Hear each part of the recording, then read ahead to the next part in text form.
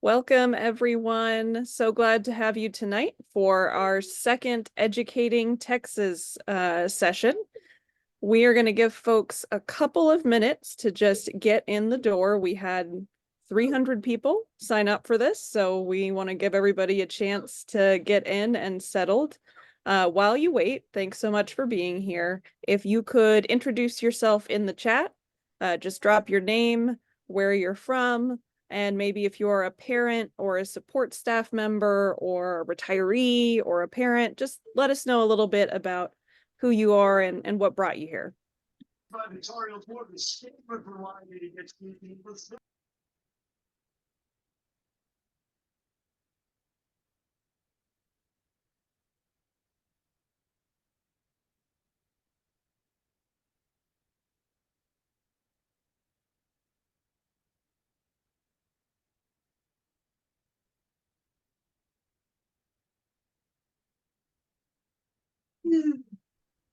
Welcome to everybody just joining us. We will get started in just one more minute, just letting folks get through the waiting room. In the meantime, please introduce yourself in the chat. Tell us who you are, where you're from, and a little bit about what brought you here tonight.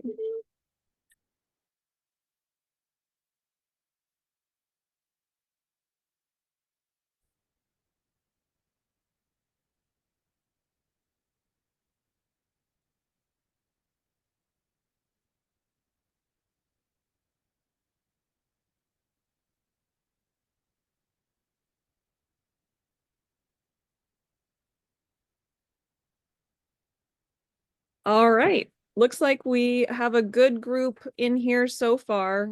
Texas AFT staff, if you'll just keep an eye on the waiting room, we'll let people in as they come, but we want to be respectful of everybody's time because you have taken an hour out of your Tuesday evening to come talk to us about the State Board for Educator certification, which is really exciting to so many of our staff members on this call.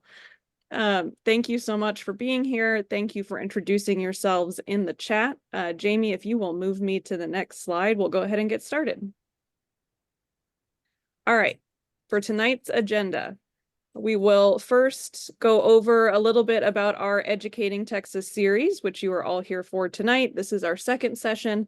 If you missed our first session, no worries. We did record that and we will put a link in the chat so you can all rewatch that later. So we'll go over a little bit about the series and why we're here. There will be a pop quiz. This is a meeting for educators about the topic of education. You should have seen that one coming.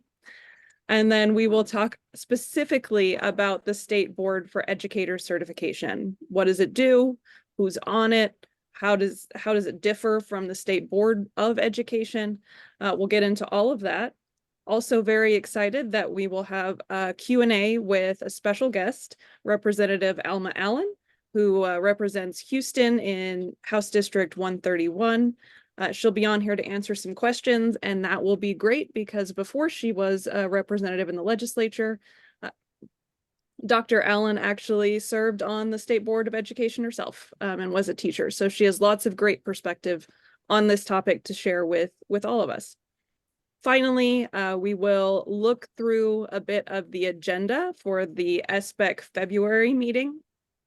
What's coming up, what you should be concerned about, whether you are a teacher in the classroom or you're a parent of a student in the classroom.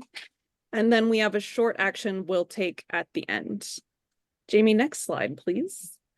One more special announcement, and that is that we can now offer to the educators on this call 1 hour of CPE credit for being here tonight with us. So if you are in need of professional development credit, you want an extra hour, you are in the right place.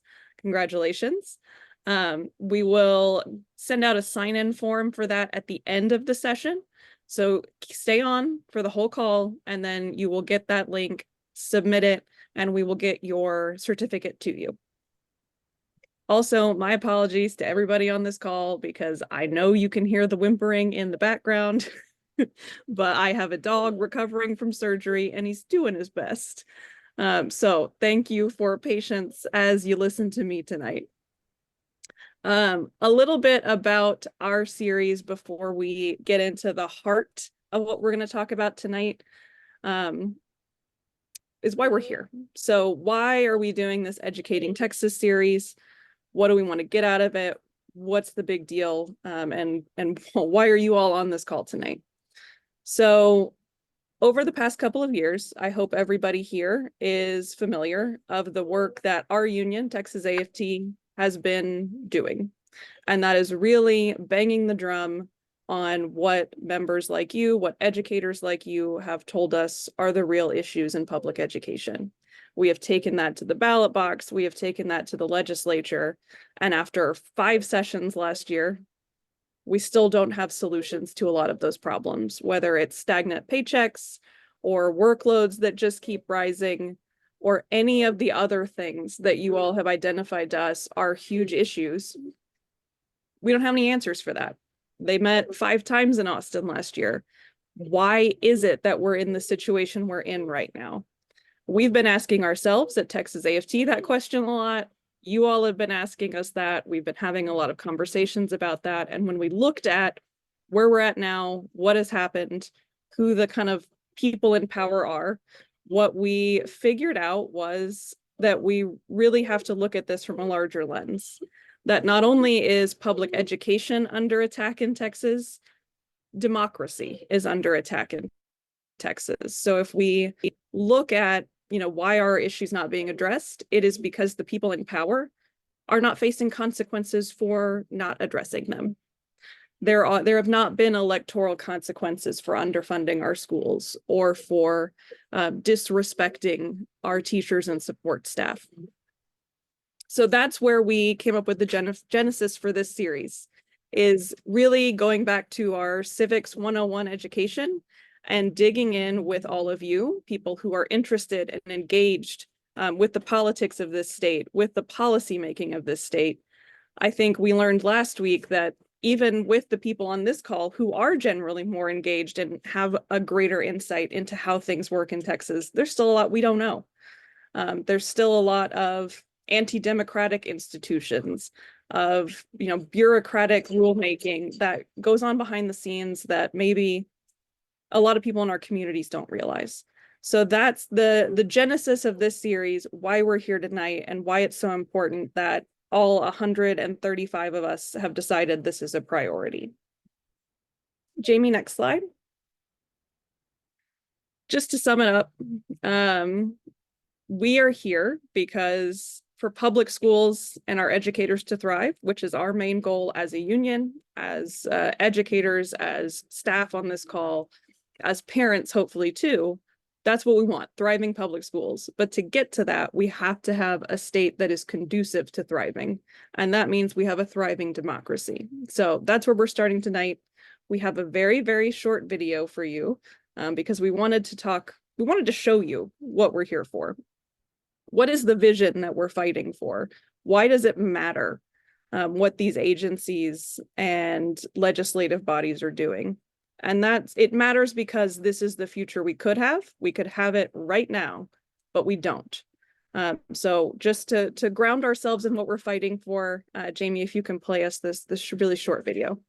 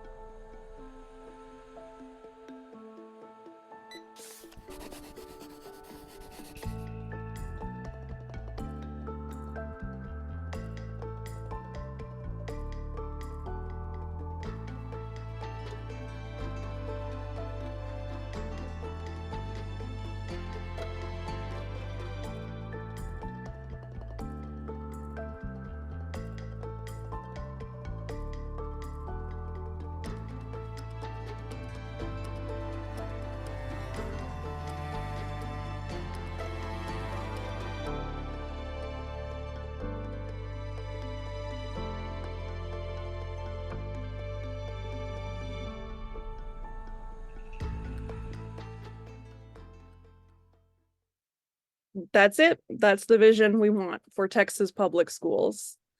I love that, Lori. If it resonated with you, I would love for you to find your emoji button and just let us see that. How did that make you feel?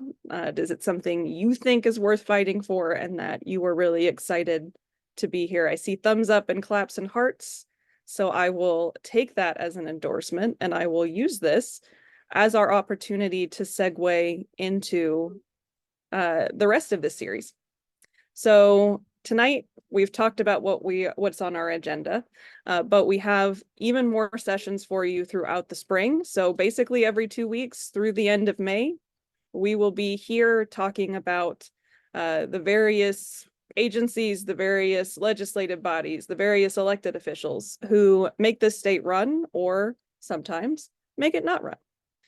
In 2 weeks, we will be here for a session called How We Got Here, and the focus will really be on elections and voting rights. March 5th, we look toward the primary election date. We will be here for a little bit of a watch party, and that will be fun. The only other thing I really want to draw your attention to now on this schedule, which you can sign up for all of these sessions right now, if one of my colleagues will drop a link in the chat.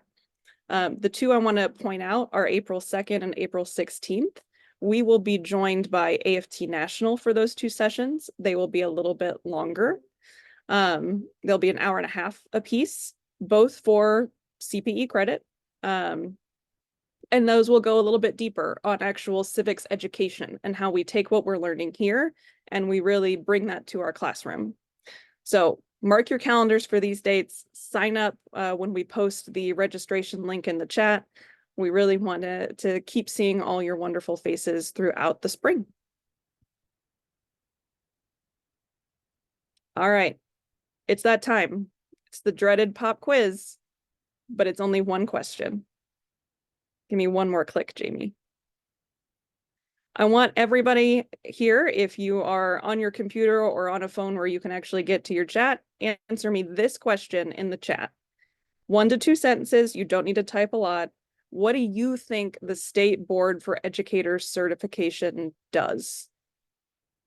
Just drop it in the chat when you have an answer.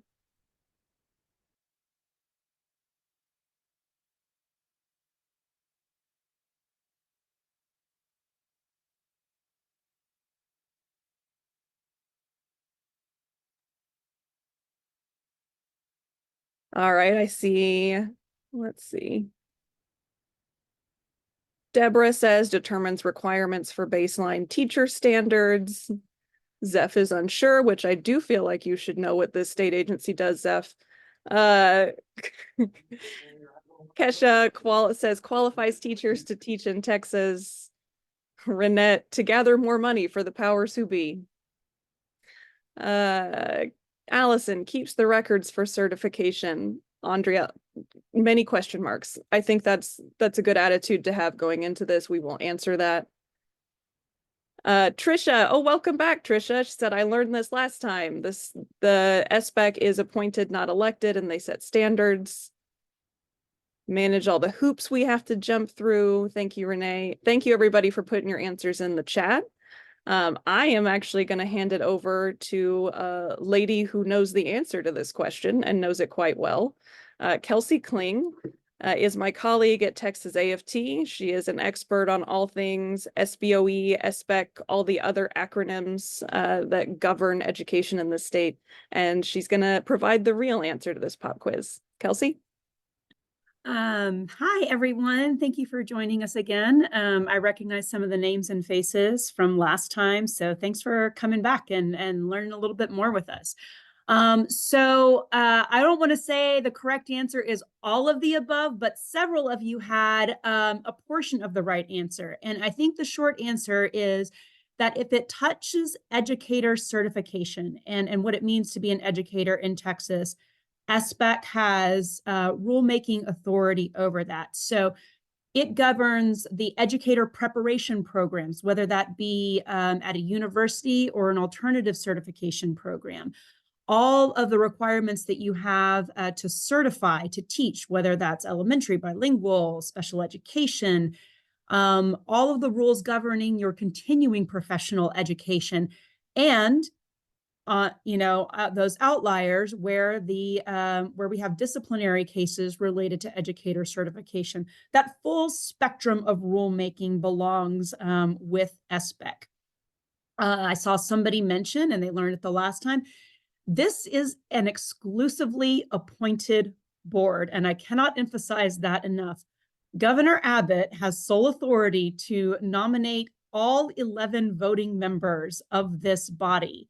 That means they have a constituency of one, and they are beholden to, Abbott and the political machine at the agency to make certain decisions and keep certain processes on track.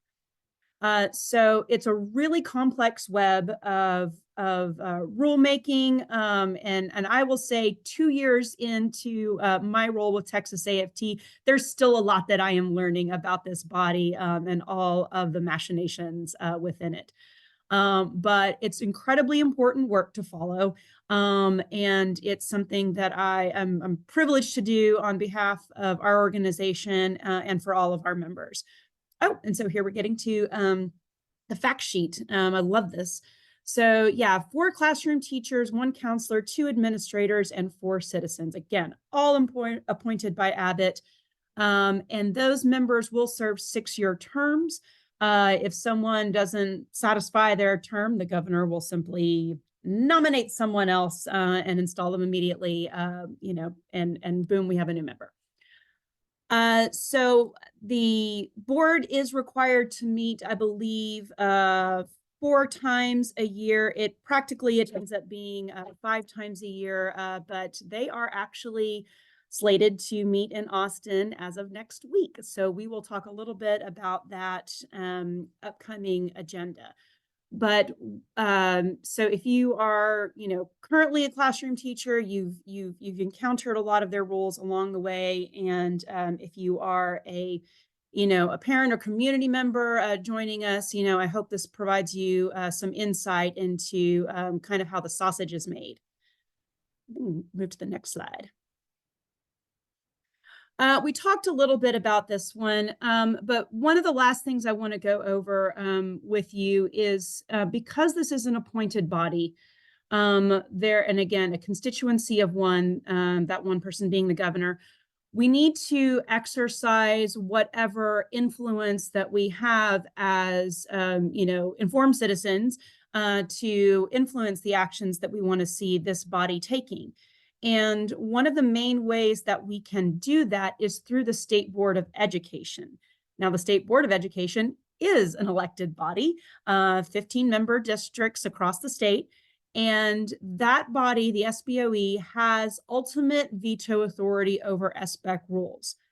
So when the SBEC goes through their rulemaking process, if there is something that the SBOE does not like, they can veto those rules. And that's why it's so important that we not only engage with SBEC, but that we also maintain those relationships on the SBOE side and inform those members about the decisions that are coming down the pipeline to them. And we'll talk a little bit more with Dr. Allen about some of these things, but there was you all may remember during the legislative session, there was a bill called the Teacher Bill of Rights. It was SB 9. And SB 9 would have added some, seemingly good things for teachers. But there was something that we in our job like to call a poison pill, where there was just this tiny little piece in that big long bill that might have done some good for teachers. And what it would have done was removed SBOE's veto authority over SBEC rulemaking, giving them a complete unencumbered path towards creating policy as they saw fit. And it was one of the primary reasons that we opposed that piece of legislation. So it's really important to remember that, in a lot of these, very large kind of omnibus bills, there might be some good things, but there are very often those are the sweeteners to get at some of the, removal of authority over, whether that's your local school board or, your local zoning bodies, that sort of thing. So that's what we're here for. We're here to keep an eye on those things for you, but that's why it's really critical to watch both of these bodies simultaneously to make sure that those rules are being passed in accordance with stakeholder engagement. Next slide. Is Dr. Allen with us? We are looking for her, Kelsey. Okay. Well, I will go ahead and do my intro of her. And y'all, I struggled. I am here. I am. Oh, Dr. Allen, thank you so much. Well, I'm going to intro you. And Yes. I struggled to get your amazing biography down to just a little bit, but I'm going to go quickly. Dr. Allen began her long, illustrious career in education as an elementary school teacher and later became an assistant principal and principal. As Nicole mentioned, she also she retired from HISD after 39 years, and then she was elected and served, bless her, for $0 on the State Board of Education. I like to remind people that those electeds make exactly nothing, and she did that selflessly for over a decade before being elected to the Texas House. She has been a figurehead on the House Public Education Committee and also does really important works with the Corrections Committee. I like to say her office is a super welcoming place for us ledge-weary public education advocates, and we have one of our strongest and greatest allies in her continued presence at the Capitol. So I would like to welcome Dr. Alma Allen to our little Zoom room this evening. Thank you, Dr. Allen. Oh, and thank you. Thank you for having me. It is my pleasure to be with you today. I'm in my element when I'm talking to educators or around educators or around children, for that matter. So let me say thank you for making me a part of your day. I was here for the last one, listening, and it was absolutely wonderful. I want teachers to know, as you stated, that I do have a background in education. I have a BS and a master's degree from Texas Southern University and a doctorate in education from the University of Houston.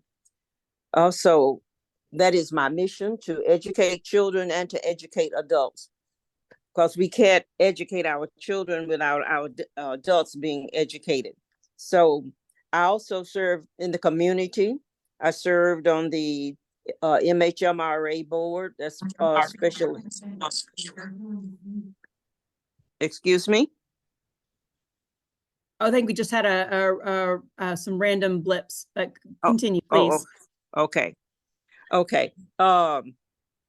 Served on the MHMRA board for Harris County and served on the hospital district board for Harris County too. I also served on the Red Cross board, and I'm an adjunct on that now. But I also served as president of the Art Institute of Houston. I hope all of you know about the Art Institute, but we have the Art Institute of Houston, San Antonio, and Austin. And I was president of all of those. It was a consortium of institutes. And so I want you to know about that in my background. But most of all, I'm an educator. I've also served as an adjunct professor at Prairie View A&M and at Texas Southern University. So that's part of my background. I also served on the State Board of Education for 12 years. And I know that many of you know that my son took that seat when I left the State Board of Education, Lawrence Allen, and he served as long as I've been in the House. He served over there. And so I come from a education family, and my family are educators. My daughter is former principal at McGregor Elementary School, and my son was former principal at Jones High School in Houston.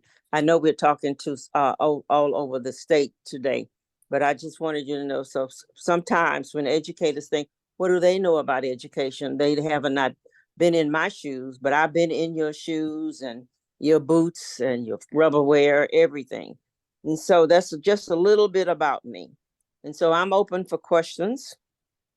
But most of all, I want to talk about the Capitol. And I truly invite you to come up to the Capitol, come by the office. And if you have things that you want to happen in education, you bring those bills to me. We will do that. You have some real strong advocates in your AFT membership, Dwight Harris and Zappo, who are always there and always on the line, always paying attention to what's going on, but they are there day and night, there to see that things are going right for you. And one of the things I want to say is that this was your year that retired teachers got their COVID pay. Which was absolutely wonderful, which just goes to show you what the teaching profession can do when they want to do it and pull together and vote. That is the most important things you can do. Yes, you got to educate kids, but you also have to vote to put in place those people who are behind you and for you in terms of education. Because right now, there are a lot of people out there who are not for public education and doing some really horrible things for teachers and for children these days. And so that is why I'm going back to the State House. I'd love to go back and represent you there.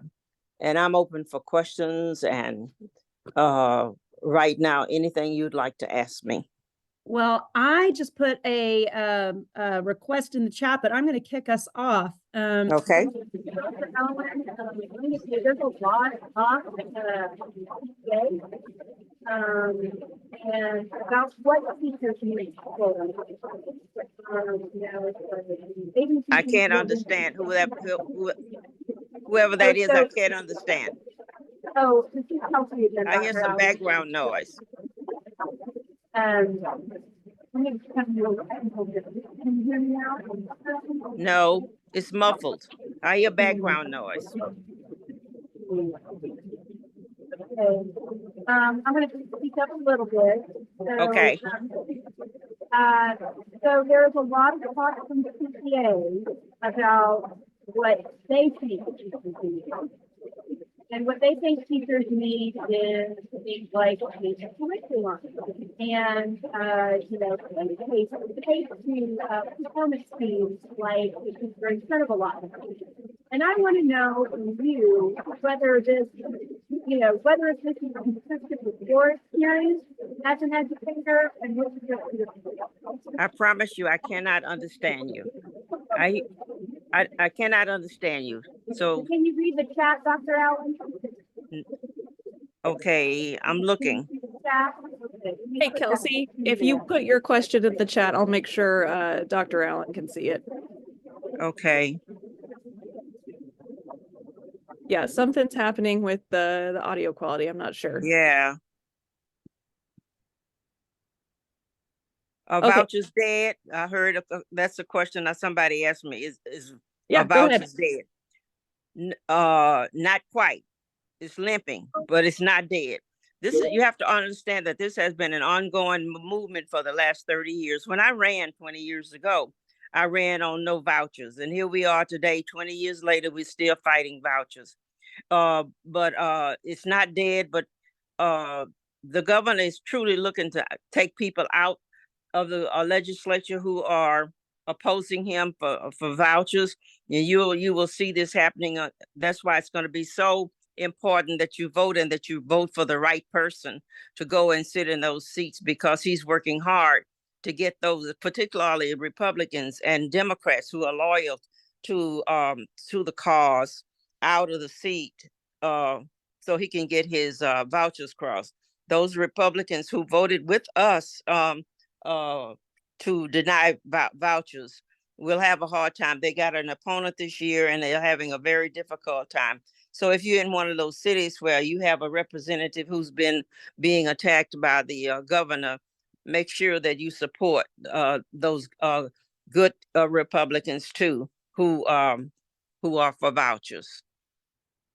And the Democrats. We have a couple of Democrats who are being attacked too, being supported by the Republicans to get people out.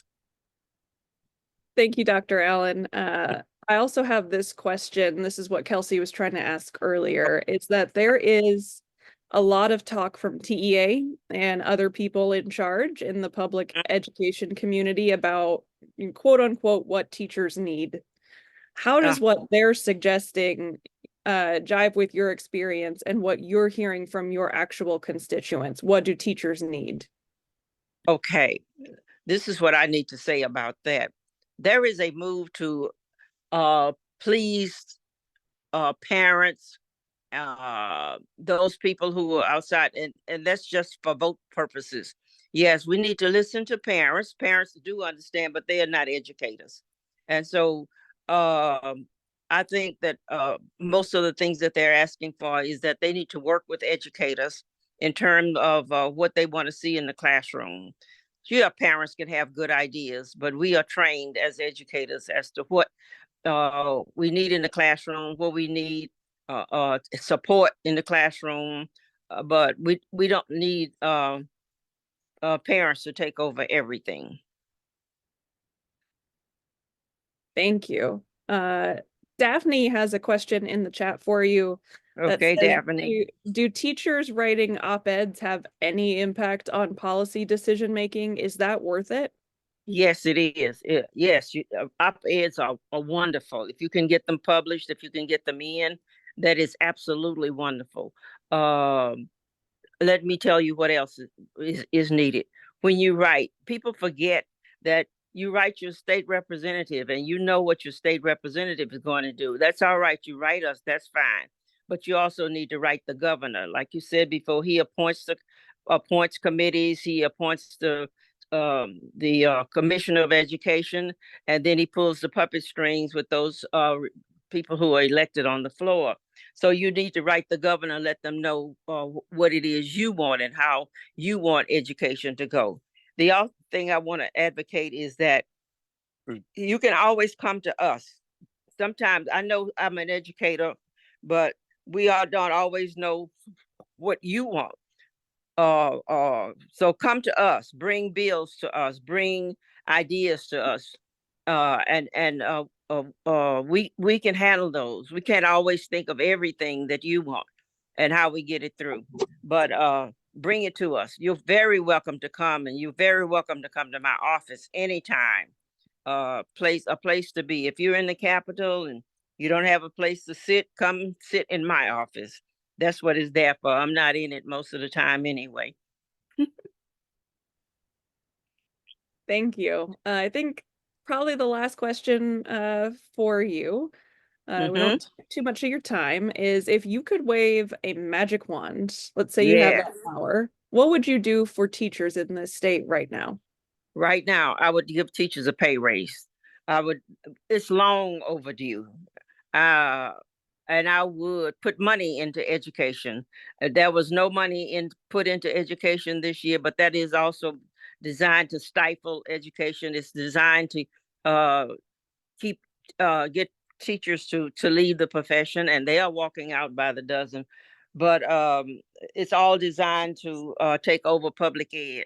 That's what I would basically do. You got to have people there, not people who anybody who wants to walk up and teach. That you're not certified. If I had a magic wand, that's what I would do. I'd put the money into education. I would put the qualified teachers in education and qualified commissioners in education. I would build on those premises there. Amen. I think that is an answer we are all excited about. I know. Thank you so much for joining us tonight and last week. You are, of course, welcome to stay on with us. People may be still posting questions in the chat, so we welcome you to stay on. But if you have a busy evening ahead of you, and let me say, thank you for your endorsement. I look forward to making you proud as we return to the Capitol to do more to make education, public education, viable in the state of Texas. Wonderful. All right. So that was Representative Dr. Alma Allen from HD 131. Kelsey, how do we feel about Mike? Can I ask her about the teachers from out of state? Because that's never addressed. Is this Myra? Yes, it is. Okay, go ahead and ask your question.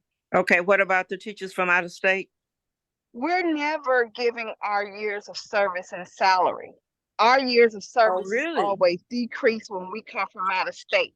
I have taught in Chicago when the projects were up. I have Mm-hmm. taught in alternative schools. I have been a principal in a prison. I have taught in Atlanta public schools, Decatur, and coming from those places, I am never given my credit of years of service and pay. Really? Well, I did not know that that was happening. And have you? When I was in, we always got credit for the years of service. That even if you were a substitute teacher, but you have a record there that deserves credit. And so I didn't know that that happened. I don't know that that's law. I know that in the Houston Independent School District where I worked, that was something we got credit for. I got credit for being a substitute teacher before I started. So that if that's not, I don't know that that's a state law. I need to look into it for you, Yeah, and I will. please do. I Because will. that means I can retire in 3 years instead of 7. Okay. You're looking at the door, huh? Yes, I am. Because you know what? It's no respect. I have taught I got you. pre-K all the way to 12th. I have I taught got every you. subject. I got you. Okay, I will look into that, and I will let somebody on HFT know. Okay, Thank you. I appreciate you. is that Dwight or Mr. Harris or Zappo? All right, thank you, Myra. Thank you, Dr. Allen. You're Kelsey, I welcome. think you just made a note of that question too, and I will pass it back to you. And can we hear me Can now? I ask my question? Hello? Hi, Cher. Can you stay on for a little while? We'll make sure we get to your question. I just want to make sure we get through some more information about the SBEC meeting. Okay, and that's a good subject. That used to be under the State Board of Education before we moved it out. Yeah. All right, next slide, please. Okay, this is yeah. So SBEC, it will be meeting in Austin next Friday. They typically have one-day meetings, but they're pretty intense. So there's a couple things that we are looking at. Number one is the repeal and replacement of Chapter 228, and that is what governs basically your teacher curriculum. All the things that are required to be taught in an educator preparation program are encapsulated within 228. There's been a lot of, and Dr. Allen will feel this, they just start adding a whole bunch of new stuff all the time and making tweaks and edits. So at some point, you just kind of have to wipe the slate clean and reorganize a lot of things. And that's what's happening with 228. Many of the changes are good. Many of the changes we have advocated for. But there are a couple things that I want to make you aware of when that. You may have heard some talk, if you paid attention to some of our legislative briefings about in some of those teacher bills wanting to establish a new residency certificate, whereby teachers would basically co-teach on a campus throughout the entire year and earn their certificate through that kind of intensive pre-service arrangement. So that is up in 228. And the other thing, and this is something that we have advocated for, along with a larger group of friends, to increase those pre-service requirements for the issuance of an intern or probationary certificate. We think that those pre-service teachers do need more time, either in front of students or in classroom experiences before they are a teacher of record in a Texas public school. And so that we're arguing for an incremental increase there that should be not burdensome for those programs, but should give some more robusticity to that training. The big thing I want to look at is Chapter 230. That is the educator certification item. I'm referring to this as our zombie item because if you will remember, not all that long ago, Texas AFT and our friends fought and won against EdTPA, the agency. Remember, TEA, SBEC, constituency of one, wanted to implement this very costly, not terribly effective teacher certification exam known as EdTPA. It was a teacher Mm-hmm. it would have been incredibly burdensome for both the candidates and the programs. And this is an example of where SBEC passed the rules, and then we were successful at lobbying at the SBOE to get a unanimous rejection of this test. But it's coming back around. Part of that rejection from SBOE was that they need to go back to the drawing board and perhaps consider a performance assessment that was written by and for Texas teachers. So that is something that we are hoping to get some more information about. There was an RFP issued for that, and we will have some more information in our recap of that meeting. So stay tuned to the hotline. And then there are some other good items about streamlining the number of tests required for elementary teachers, some special education assignment rules being more aligned with the student's IEP and the content that they're supposed to deliver to those students rather than simply, being aligned to a grade level. And, unfortunately, some of those things are things we advocated against in the State House. They'll codify the removal of classroom experience as a requirement for a counseling certificate. That was something from SB 798 by Senator Middleton. So there's a lot going on, but we will be keeping you apprised all along the way. One of the things we will also do is let you know how you can take action at SBEC when those occasions arise. Just like SBOE, the SBEC has to go through a public rulemaking process. So they will go through discussion, first reading, and then public comment before they are allowed to adopt those rules.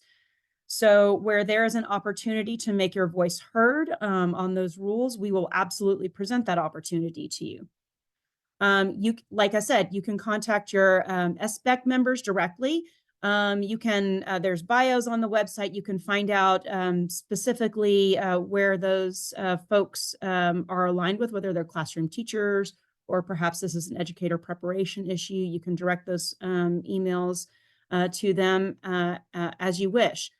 You can also contact your SBOE member. Like I said, we have a couple chances to either lobby for or against these rules, and those SBOE members are they are your elected representative, and they should hear from you if you are, have something to say about the direction the SBEC is taking things. And then you can also read the hotline. Like I said, we will always be publishing actions via the hotline and social media for you to take when and where appropriate to do so. Next slide, please. I want to quickly highlight, and I know we need to get to our action, but this is something that we have been engaged with for almost 2 years now, ever since we advocated for the veto of EdTPA at SBOE. Texas AFT, along with every other teacher organization in the state, several educator preparation programs. It's just a really powerful group. We are the Coalition for Educator Preparation. And we fight for issues all along the teacher pipeline, from your preparation to clinical teaching to what you're experiencing in classrooms with your district, just the full spectrum of where you're at. And it's been incredibly helpful to us to learn the challenges faced by these training programs, and also the challenges districts are facing. Part of our partnership is our principals organizations and our HR organizations.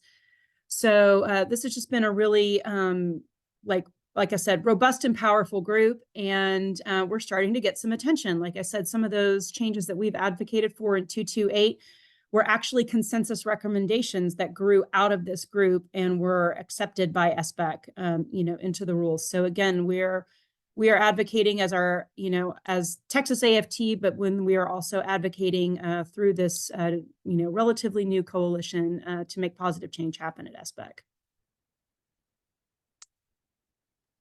All right.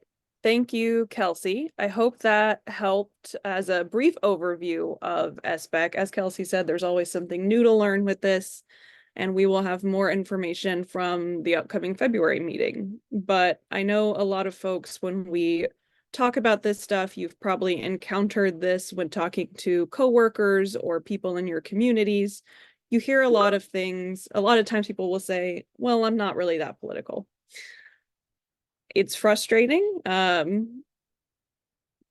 totally understand why people do want to tune out a bit. The politics of Texas right now is not fun to engage in, but whether you want to do politics or not, politics is going to enter the public education space. So we wanted to just point out the nuance to this, the context for this meeting is that we are holding this meeting, having this space in the middle of the build to primary elections. So all of this policy making that we are talking about is very much related to the electoral work that's happening. If you missed it, if you didn't read the hotline, there is a link to subscribe in the chat for you. But one of the things we talked about this past week was actually a Republican representative said this week, one of the ones that Dr. Allen mentioned voted against vouchers and is now being challenged by the governor. He sent out a release saying if he is reelected to the 89th legislature, he is going to file a bill that would abolish the Texas Education Agency. There's a lot to unpack in the statement that Representative Rogers put out, but he did raise some really interesting points, which is a few stats we pulled out here. TEA's budget over the past decade has grown by 39%, and that has come with a huge increase in full-time employees to carry out an ever-expanding portfolio that TEA has. And we've said it multiple times, but we'll say it again. The person who runs that agency, who is in charge of education in the state, is appointed by this governor. He is not an elected position. And Representative Rogers did note that that makes him unaccountable to the concerns of parents, educators, community leaders. So just as a brief example, if you think what we are talking about on this call is not coming up elsewhere, doesn't really matter, doesn't factor into the political race, it absolutely does. Just a reminder on that primary election note that it is coming up rapidly. We have passed the deadline to register for vote for the primary election. That was this past Monday. But early voting is starting very soon on February 20th. Through March 1st, you'll be able to early vote in your primary election. Election day is March 5th. So please, if these dates are not in your calendar, please put them there. We have a new voter education hub on our website. It is vote.texasaft.org. I think Sierra just dropped that in the chat. It has all these dates, some FAQs about voting in Texas, what is the law, what do you need to bring with you, all that sort of stuff. And we have Texas AFT COPE's in first round of endorsements for that primary. For those not familiar, COPE is our Committee on Political Education. That is our member leaders who decide which candidates our union will endorse in a cycle. All of those are listed on that same website. Just to underscore a bit of the point, again, this primary election has a lot of issues. Public education is one of them. Public education is always one of them. So wherever you are in the state, whether it is rural, urban, suburban, East Texas, West Texas, Central Texas, doesn't matter. You need to be aware of the candidates in your area, who is running, who are the incumbents, who is challenging them, and where they stand on these issues. If it concerns you that so much of education policy is made by people not in the classroom or people who are not elected by people in the classroom, this is something you should bring up when you see candidates and incumbents. Dr. Allen mentioned earlier that it absolutely is It does make a difference when educators speak out, when you write op-eds, when you write letters to the editor, when you talk about these issues publicly. So this is really us urging you to do that, to do your homework, to see who is running in your area, to do your homework in a way that a lot of folks making a lot of noise in this election are not. This slide has an example of some of the ads we're seeing against specifically Republican legislators who voted against vouchers. The text message on this slide was actually sent to constituents in Representative Burns's district, but with an image of Representative Hushine. This is not the first time we've seen this, and the reason it is happening so frequently is because the people really pushing this message are not from here. They are not Texans. They are mega donors and out-of-state PACs. So that is what we're up against in this election cycle, whether it is the primary or the general election, is people outside of Texas really trying to influence politics and policy in Texas. So as we always say, if you are not at the table, you are on the menu. Take with you from this call that it is not enough just for you to vote. Please go recruit some more voters, recruit some more educators to really have a voice in their profession. One more slide, Jamie. So we want to close with this. I would like to hear from you guys. You can put it in the chat. What is one thing you learned tonight? Can be anything, can be something Kelsey said, can be something Dr. Allen said. What's one thing that you learned that you'll take with you?